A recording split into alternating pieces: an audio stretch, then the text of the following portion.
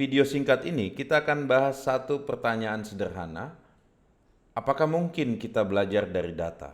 Dan bagaimana itu bisa mungkin? Contoh misalnya pada saat pemilu yang lalu, misalnya ada 20 juta pemilih. Apakah dengan sampel quick count dengan 100.000 suara, kita bisa memprediksi hasil untuk 20 juta? Apakah dengan data yang sedikit bisa mengatakan sesuatu tentang total populasi data? Apakah hasil quick count jauh berbeda dengan hasil perhitungan akhir? Kita akan bahas itu dalam beberapa menit ke depan. Kita akan selalu mengacu pada thinking framework kita. Banyak hal yang sudah kita pelajari dalam pertemuan sebelumnya, tapi dengan thinking framework kita ini, kita bisa merangkum semua pengetahuan kita. Secara ringkas, kalau kita punya pasangan data X dan Y, di mana X adalah any data dan Y adalah labelnya, kita mengatakan bahwa ada target function yang unknown, tidak ada yang tahu, kita tidak tahu, dan tidak ada satu orang pun yang tahu. Sebut saja F, di mana fungsi ini memetakan X ke Y. Fungsi F kita tidak tahu dan tidak akan pernah tahu. Yang bisa kita lakukan hanyalah mendekati fungsi F dengan satu fungsi hipotesa yang paling mendekatinya. Fungsi hipotesa ini kita pilih dari sekumpulan hypothesis set yang dipilih menggunakan komputer algorithm yang kita sebut learning algorithm.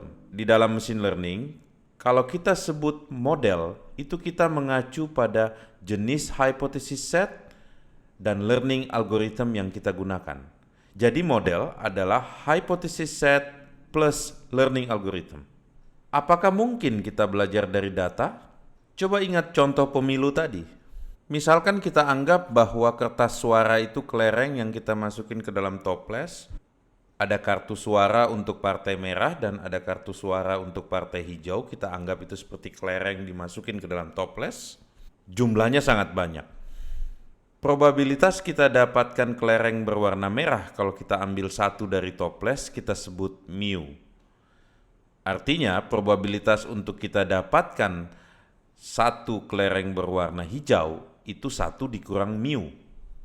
Setelah itu kita coba ambil sejumlah N sampel dari kelereng ini keluar, kita sebutnya sampel, dan probabilitas untuk kita mengambil satu kelereng dari sampel ini dan dia berwarna merah itu kita sebut nu.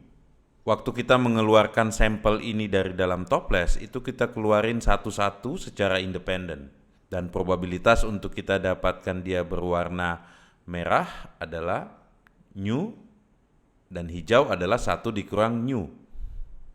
Jadi ada dua probabilitas, satu untuk total populasi data, satu untuk sampel, yaitu mu dan nu. Apakah ada hubungan antara nu dan mu?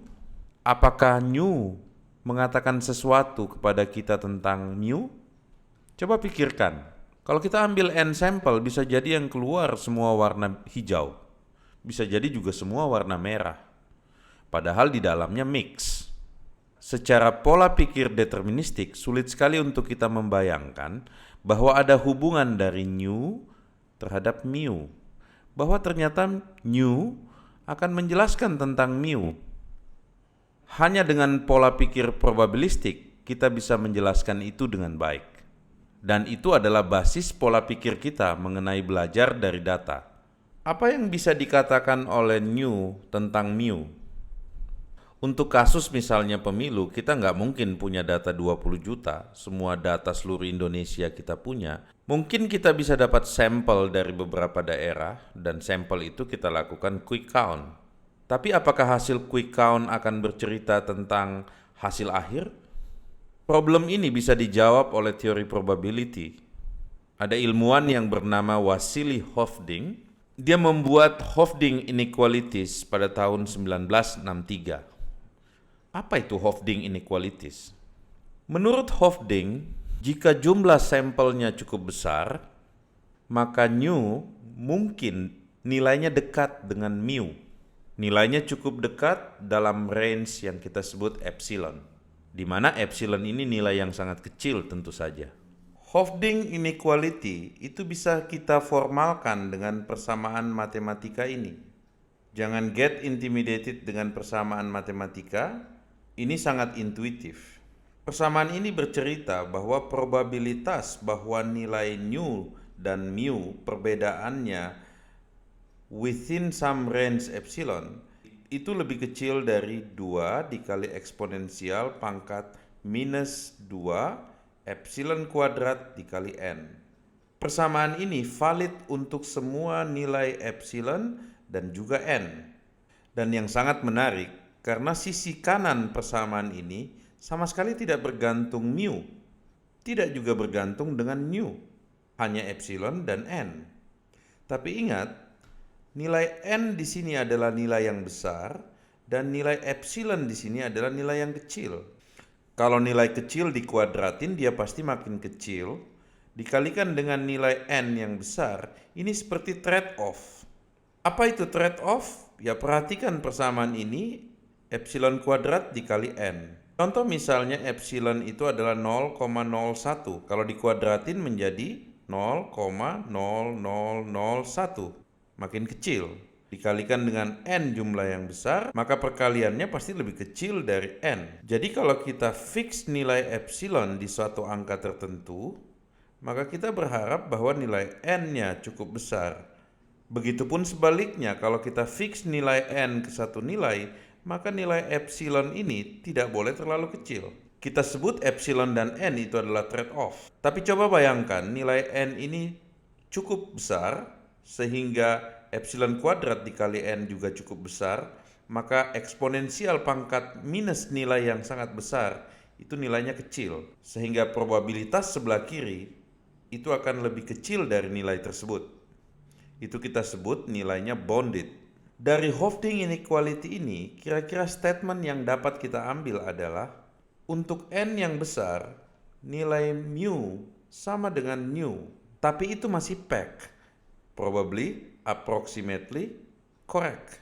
Kenapa? Karena masih trade-off antara epsilon dan n. Terus apa hubungannya nih sama kita punya thinking framework? Kita bisa pikirkan bahwa di dalam toples kita ada unknown probability yang disebut mu. Probabilitas bahwa kalau kita ambil satu kelereng, warnanya merah. Di dalam thinking framework kita, yang kita tidak tahu adalah fungsi yang memetakan f. Di dalam thinking framework kita, yang kita tidak tahu atau unknown, itu adalah suatu fungsi f yang memetakan x ke y. Karena kita tidak tahu f, maka kita pilih fungsi hipotesa dari hipotesis set, anggap saja H, dan kita harapkan nantinya mendekati F. Coba pikirkan bahwa setiap kelereng itu adalah satu titik, anggap X di dalam satu space. Kalau fungsi hipotesa kita benar, maka X kita masukin ke H itu sama dengan Fx. Tapi kalau kita salah, maka Hx tidak sama dengan Fx. Kemungkinan ini selalu ada karena ini masih hipotesa. Hipotesa itu akan terus kita perbaiki sampai kita dapatkan hipotesa akhir, anggap saja G, yang paling mendekati F. Pasti masih sulit untuk dibayangkan, makanya kita kembali ke diagram thinking framework yang kita selalu gunakan. Jadi anggap bahwa di dalam toples, setiap kelereng di dalam toples itu adalah titik di dalam suatu space X. Kalau kita ambil satu kelereng, itu sama dengan kita ambil satu data dari X. Menurut teori probability, harusnya ada probability distribution yang mengenerate data-data poin X. Probability distribution itu seperti fungsi yang menjelaskan mu. Anggap saja probability distribution itu P. P ini juga kita tidak tahu. Yang kita tahu adalah X, yaitu sampel data. Jadi menurut thinking framework kita, pasangan dataset X dan labelnya Y, itu ada unknown function yang memetakan X ke Y, dan X digenerate oleh unknown probability distribution P. Tugas suatu machine learning model itu adalah memilih tipe hypothesis set dan membuat learning algorithm yang bisa memilih final hypothesis G dari hypothesis set yang paling mendekati F. Tapi tidak akan sama dengan F. Karena kita selalu berpatokan bahwa F itu adalah unknown dan tidak akan pernah kita tahu. Aneh nggak sih? Bagaimana caranya kita mendekati suatu fungsi F yang kita tidak tahu dengan suatu fungsi G? Anggaplah G adalah parametric model dari suatu sekumpulan hypothesis set. Parameternya bisa kita ubah-ubah. Tapi F-nya kan kita nggak pernah tahu. Untuk kasus supervised learning, kita sangat beruntung karena kita punya ground truth, yaitu label. Jadi kalau ada fungsi F yang memetakan X ke Y, kita punya hasil fungsinya. Dan kita bisa membandingkan label ini dengan keluaran dari fungsi hipotesa H. Perbedaan itu kita sebut error measure. Apalagi nih, ya kan? Error measure itu adalah perbedaan dari ground truth yang diberikan oleh label dengan keluaran fungsi hipotesa.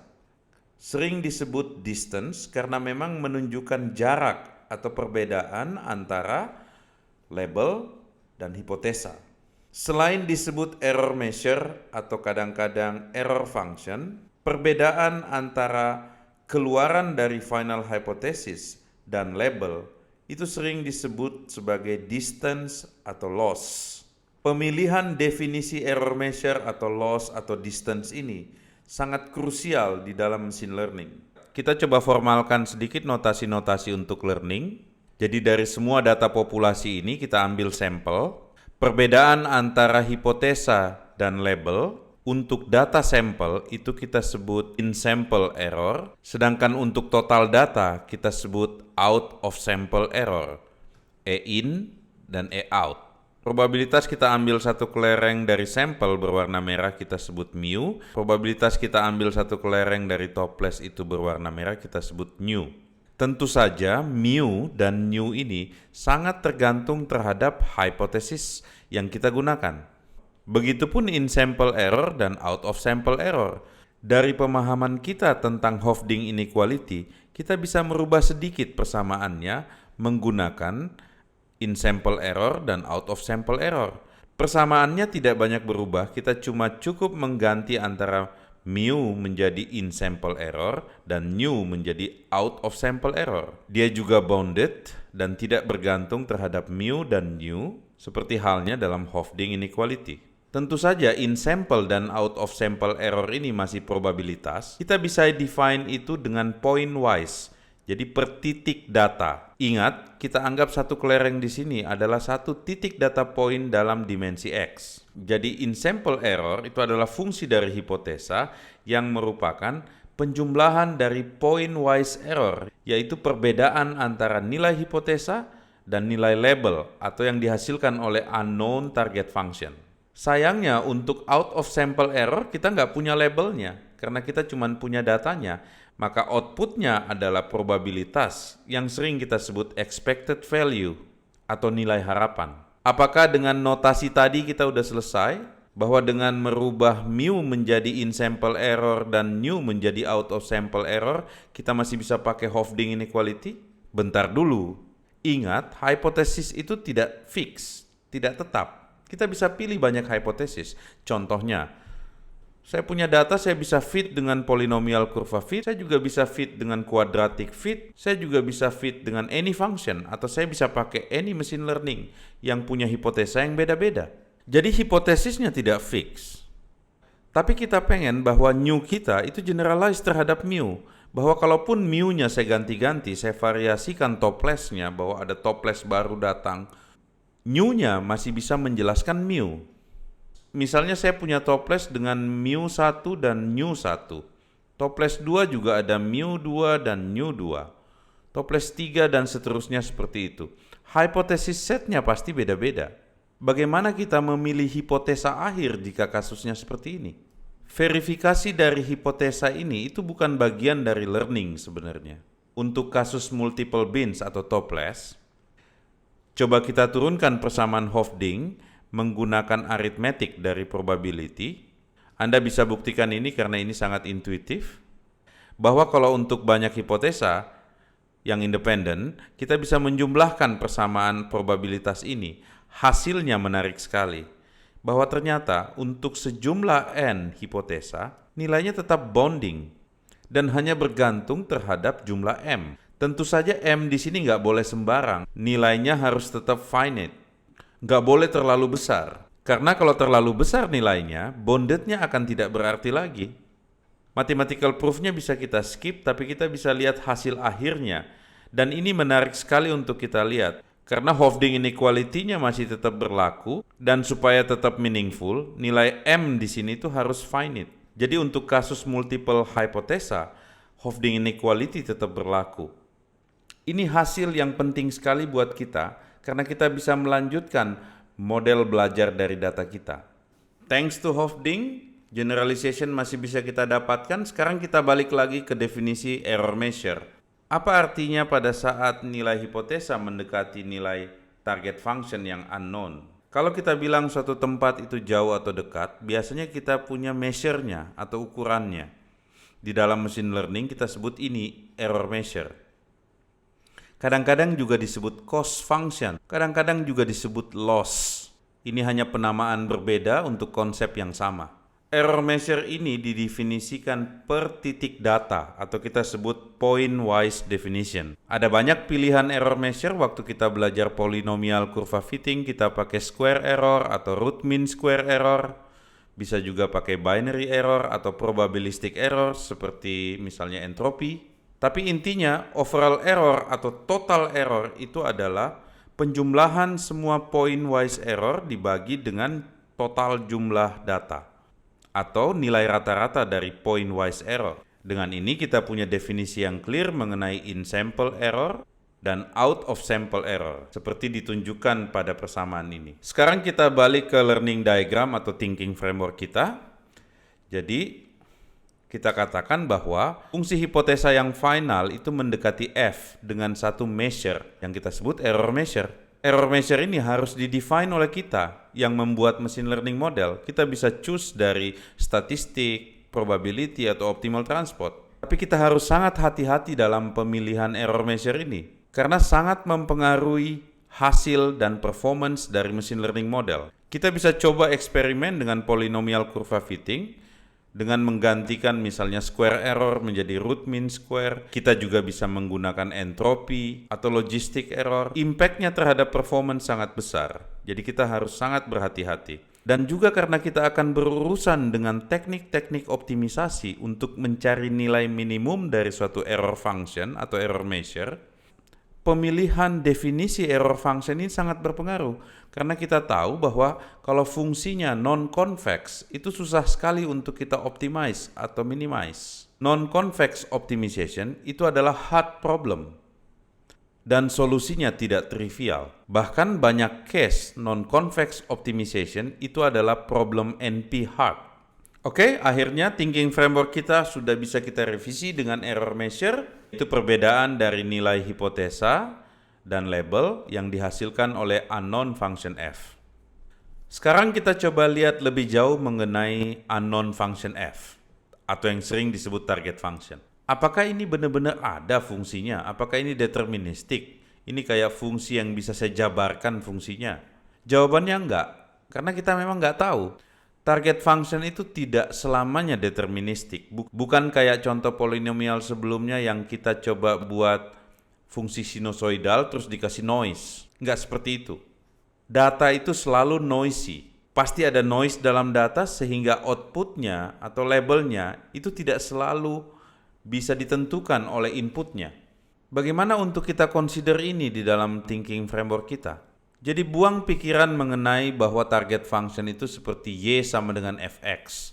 Itu cuma analogi, itu cuma metafor. Tapi pikirkan tentang target distribution, bahwa ada conditional probability distribution, PYX, sehingga kalau kita punya pasangan dataset X dan Y, itu sebenarnya di-generate oleh joint probability, PX dan PYX.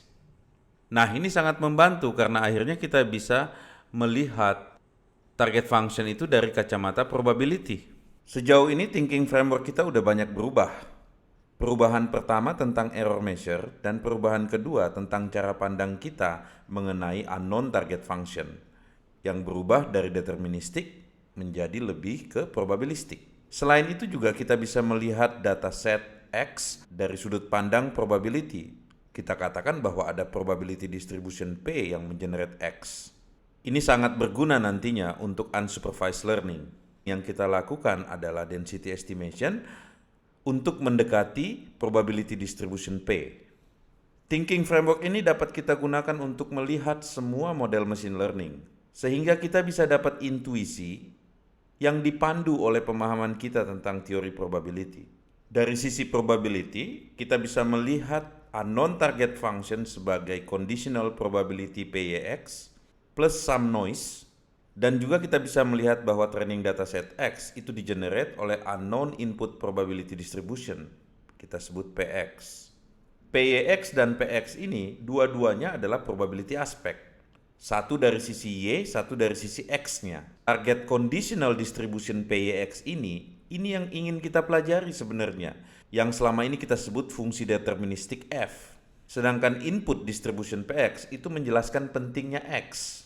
Apa hubungannya PYX ini dengan PX? Hubungannya adalah joint probability yang diatur oleh Bayes rule, bahwa kita bisa gabungkan PX dan PYX sebagai joint probability PX, Y. Dan joint probability ini sangat berhubungan dengan PYX dan PX. Ini diatur dalam hukum Bayes. Nanti kita akan banyak cerita soal ini, terutama di saat kita mengeksplor model-model machine learning lainnya yang berbasis probabilistik. Oke, sudah banyak konsep yang kita pelajari sejauh ini. Saya berharap kita sudah bisa menjawab bahwa belajar dari data itu benar-benar mungkin. Dan kalau kita bisa belajar dari data, kriterianya adalah bahwa out of sample error itu mendekati in sample error untuk hipotesa final yang kita miliki. Kalau memang kita bisa belajar dari data, maka hipotesa final ini harus mendekati F, walaupun F tetap kita tidak tahu. Bagaimana seandainya out of sample errornya kecil sekali mendekati 0? Ya kita berharap bahwa in sample errornya juga mendekati 0. Nilai out of sample dan in sample error ini tidak boleh terlalu jauh berbeda. Kalau gapnya besar sekali, artinya belajar kita salah. Contoh misalnya, kalau in sample error kita kecil sekali mendekati 0, tapi out of sample error kita sangat besar, itu kita sebut overfitting. Tapi kalau sebaliknya, out of sample error kita mendekati 0, sementara in sample errornya besar sekali, itu menunjukkan underfitting, bahwa mungkin data kita sangat kecil. Jadi dengan memahami teori, kita itu punya intuisi dalam melakukan engineering. Hal ini yang sering kali kita tidak peduli, bahwa kita tidak merasa teori itu penting. Padahal dalam setiap proses engineering, hanya teori yang bisa menjadi panduan kita, seperti kompas di saat kita di dalam hutan belantara. Jadi pertanyaan awal kita mengenai apakah kita bisa belajar dari data, itu sama dengan bertanya, apakah kita bisa buat out of sample error untuk hipotesa final kita, itu cukup dekat dengan in sample error untuk hipotesa yang sama. Apa yang bisa menjamin itu? Hofding inequality. Hofding inequality menjamin bahwa out of sample error dan in sample error itu within some epsilon range. Ingat saat kita mengganti-ganti toplesnya? Kalaupun kita ganti toplesnya, selama jumlah toplesnya tidak terlalu banyak, Hofding inequality tetap berlaku. Artinya apa? Bahwa total data itu harus finite, berhingga nilainya. Tidak boleh tak berhingga. Tapi ini juga bawa pertanyaan yang kedua. Bagaimana kita make sure dalam setiap machine learning model, in sample errornya itu kecil? Itulah gunanya learning algorithm. Semua model machine learning itu punya algoritma yang spesifik untuk meminimalkan in sample error. Contoh, untuk linear model kayak perceptron atau polynomial curva fit, kita menggunakan gradient descent algorithm. Nah, sekarang kita udah paham tentang Hofding inequality dan bagaimana hubungannya dengan thinking framework kita untuk machine learning. Kita akan terus memakai pola pikir ini untuk melihat problem-problem machine learning dan artificial intelligence. Sampai ketemu di sesi yang lain.